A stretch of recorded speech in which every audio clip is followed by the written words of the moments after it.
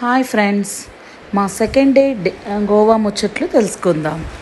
ఇలా పక్క రోజులేసి బాగా రెడీ అయిపోయి ఇంకా అగోడా ఫోర్ట్ అని చెప్పి ఉంటే అక్కడికి వెళ్ళామన్నమాట. ఇదే Aguada fort entrance. So morning రిసార్ట్లో బ్రేక్ఫాస్ట్ చేసుకున్న తర్వాత మేము ఇంకా స్టార్ట్ అయిపోయి అగోడా ఫోర్ట్కి వెళ్ళాము. అక్కడ ఫేమస్ ఫోర్ట్ అంట ఇది. అట్లా వెళ్ళాము. ఇది దాని ఎంట్రన్స్, అదంతా ఇట్లా ఉంటుంది. బట్ ఎలా ఉండిందంటే ఒక గార్డెన్లో ఒక రాళ్ళతో కట్టిన ఒక గోడలు ఉంటే ఎలా ఉంటుందో అలా ఉండిందండి. నాకు ఎందుకో అంత సాటిస్ఫాక్షన్ అనిపించలేదు. మీరు ఈ వీడియో అంతా చూస్తే మొత్తం రాళ్ళు, ఒక ప్లేస్ ఇట్లానే ఉంటుంది, బ్రిడ్జ్ అట్లా. బట్ మీరు కానీ జైపూర్ కానీ వెళ్ళారంటే అక్కడ రియల్ హిస్టరీ లాగా రాజులు రాణులు ఎలా ఉంటారు ఏంటి ఇలాంటివన్నీ ఉంటాయి. ఆ రూములు అవన్నీ. సో మనం వాళ్ళు ఎలా బతికారు అనేది చూడొచ్చు కంపారేటివ్ ఇలాంటి ఫోర్ట్స్ కన్నా. కాకపోతే టైంపాస్ కోసం వెళ్ళి చూసి రావచ్చు. ఎందుకంటే ఇక్కడ కూడా ఫేమస్గా హిందీ సినిమాలు, పాటలు అవి తీస్తారంట. ఫోటోషూట్స్కి వాటన్నిటికి కూడా చాలా బాగుంటుందంట ఇక్కడ. సో ఇలా ఉంటుంది ఓవర్ వ్యూ అంతా. చూస్తున్నారు కదా. సో ఇలా ఉంటుంది వ్యూ. ఇవన్నీ అగోడా ఫోర్ట్లో ఉన్నాయి. దీని తర్వాత మేము అలానే లోవర్ అగోడాకి కూడా వెళ్ళాము. నేను దీన్ని వెంటనే చూపిస్తాను. ఏంటి అగోడా ఫోర్ట్ అని చెప్పి ప్రతి దాంట్లోనూ మా ఆయన చూపిస్తున్నాను అనుకుంటున్నారా?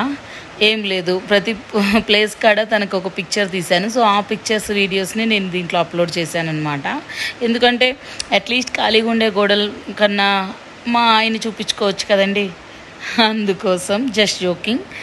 సో ఇలా అనమాట. అక్కడ చాలామంది చూసారు కదా, అక్కడ ఒకే కలర్ డ్రెస్సుల్లో కూడా బ్యాచెస్ వచ్చారు, చాలామంది వచ్చారు, ఎంజాయ్ చేస్తూ ఉన్నారు. జస్ట్ ఇవన్నీ ఏంటంటే టైం స్పెండింగ్ కోసం మనము ఏర్పాటు చేసుకునే ఒక చిన్న కాలక్షేపం అన్నమాట. ఏదో ఒక వ్యాపకం అంటారు కదా, అట్లా వ్యాపకం అని అలా చిన్న కాలక్షేపం కోసం ఇవన్నీ ఏర్పాటు చేసుకున్నాం. ఇవి చూడాలి అవి చూడాలి అని. But we feel relax and we feel refresh అనమాట. ఒక న్యూ ప్లేస్కి వెళ్ళినప్పుడు, ఒక చల్లటి గాలి వాతావరణం అవి చూసినప్పుడు. సో అందుకనైనా మనము అప్పుడప్పుడు ఇలాంటి ప్లేసెస్కి వెళ్తూ ఉండాలి. బట్ నన్నైతే అడిగితే గోవాలో ప్రిఫర్డ్ బీచెస్, అక్కడ ప్రైవేట్ ఎంజాయ్మెంట్, ఫ్రీడమ్ అనమాట. ఇలాంటి విజిటింగ్ ప్లేస్ అయితే కాదు, అంతగా టూరిస్ట్ విజిటింగ్ ప్లేసెస్ లాగా. జస్ట్ టైం స్పెండింగ్ కోసం మాత్రమే. దారిలో ఎందుకు గొడుగు పట్టుకున్నారా అని చూస్తున్నారా? ఎంత ఎండ ఉండిందో అంత వర్షం టక పడిపోయిందండి. ఆ వర్షానికి చాలామంది గొడుగులు లేనందరూ ఇట్లా పరిగెత్తుతా వెళ్ళిపోయారు. సో మేము గొడుగు తీసుకోపోవడం ప్లస్ అయిందనమాట. ఇది చూసారా నా పనోరమా కష్టాలన్నమాట. పనోరమా అంటే ఒకే పిక్చర్లో 3-4 ఫొటోస్ లాగా మనం కనిపిస్తాము. దానికోసం ప్రయత్నించి నేను తిప్పలబడి మా ఆయన చేత కూడా అనిపించుకున్నాను. ఆ తర్వాత ఇట్లా లోవర్ అగోడాకి వచ్చామన్నమాట. ఇదే లోవర్ అగోడా అనమాట. ఈ లోవర్ అగోడా ఫోర్ట్ బాగుండింది నాకు కంపేర్డ్ టు అగోడా ఫోర్ట్. ఎందుకంటే అక్కడ నేను చూపించినట్టు జస్ట్ గోడలు ఉన్నాయి, ఏదో ఫొటోస్ తీసుకోవచ్చు అన్నట్టుంది. బట్ ఇక్కడ ఏంటంటే అలలు వస్తూ ఒక నేచర్ మధ్యలో ఉండిందనమాట. సో నాకు ఆ ఫీల్ నచ్చింది లోవర్ అగోడాలో. దీని పక్కన ఇందాక నేను చూపించినట్టు తాజ్ హోటల్స్, రిసార్ట్స్ ప్రైవేట్వి ఉన్నాయి ఇలా ఇవన్నీ. సో ఇట్లా మనం అక్కడ దాన్ని ఎంజాయ్ చేయాలి అనుకుంటే అక్కడ కూడా మనము దిగొచ్చు. ఈ తాజ్ హోటల్స్ కానీ పక్కన ఉన్న ప్రైవేట్ రిసార్ట్స్లో కూడా అక్కడి నుంచి కూడా డైరెక్ట్ ఎంట్రన్స్ అనేది ఉండింది.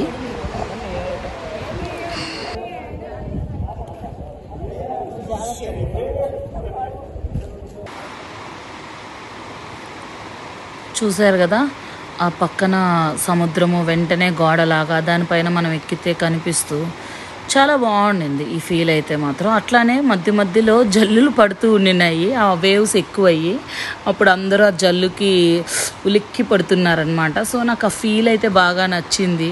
చూడండి ఆ జల్లులు ఎట్లా ఎగిరి పడ్డాయో నీళ్ళు, అలా చాలా బాగుండింది ప్లెజెంట్గా ఈ లోవర్ అగోడా. సో నన్ను అడిగితే అగోడా ఫోర్ట్ చూడలేకపోయి అంత టైం లేదు అనుకుంటే మాత్రం లోవర్ అగోడా ఫోర్ట్కి ఖచ్చితంగా మర్చిపోకుండా వెళ్ళి విజిట్ చేసి రండి.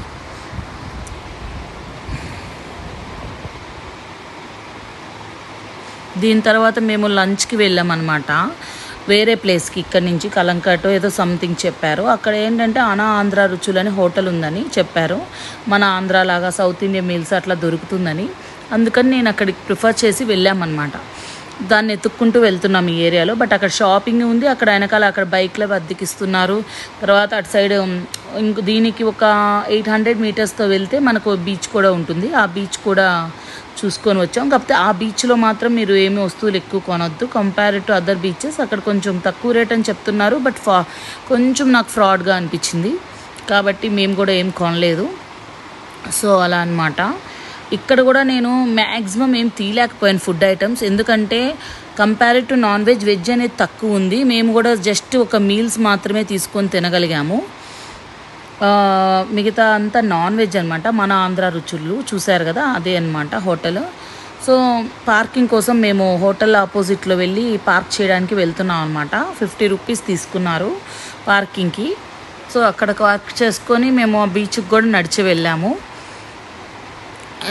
ఇంకో హాఫ్ అన్ అవర్కైనా కూడా అక్కడ బీచ్ కాడ పెట్టుకుందాం అనుకున్నా కూడా ఒకటి టికెట్ ఎక్కువ, ఇంకోటి వచ్చి ప్లేస్ కూడా లేదు. అందుకోసం ఇక్కడ హోటల్ ఎదురుగానే పెట్టుకొని నడిచి వెళ్ళేసి బీచ్ కూడా చూసుకొని వచ్చామన్నమాట. ఇక్కడ వెళ్ళి చూస్తే చాలామంది మన ఆంధ్ర వాళ్ళు ఎక్కువ మంది ఉన్నారు. చూశారు కదా, ఎవరో వైజాగ్ స్టూడెంట్స్ వచ్చారు. విజయవాడ అనుకుంటాను చెప్పింది, వైజాగ్. ఆ స్టూడెంట్స్ వచ్చారనమాట గ్రూప్గా. నేను అడిగితేనేమో టూర్ అని చెప్పారు, కానీ వాళ్ళు కార్లలో వచ్చారనమాట, ఎంజాయ్ చేస్తున్నారు. సో అంతా నాన్ వెజే ఉండింది. నేను దమ్ బిర్యానీ అని అడిగితే కూడా నాన్ వెజ్ అనుకుని నాన్ వెజ్ తెచ్చారు. సో నేను కాదు వెజ్జే అంటే, సారీ ఇక్కడ నాన్ వెజ్ ఎక్కువ ఉంటుంది అన్నారు. So south Indian meal vegetarian order చేసాము. నార్మల్ అన్నం తిన్నాం. కాకపోతే ఎక్కడే 10 రోజులు 5 రోజులు ఉంటాం అనుకునే వాళ్ళకి చాలా కంఫర్ట్గా ఉంటుంది. దీని తర్వాత ఇంకా మేము ఈవినింగ్ అంతా బర్త్డే సెలబ్రేట్ చేసాం. ఇదేంటంటే 16th of September అనమాట. సో ఈవినింగ్ నుంచి ఇంకా ప్లాన్ చేసాము. ఈ భోజనం చేసేసిన తర్వాత బీచ్కి వెళ్ళేసిన తర్వాత ఇంకా మేము మళ్ళీ రిసార్ట్కి వెళ్ళిపోయి రిలాక్స్ అయిపోయాము. ఆ తర్వాత ఏమైంది నైట్ సెలబ్రేషన్స్ అంతా మళ్ళీ ఇంకో వీడియోలో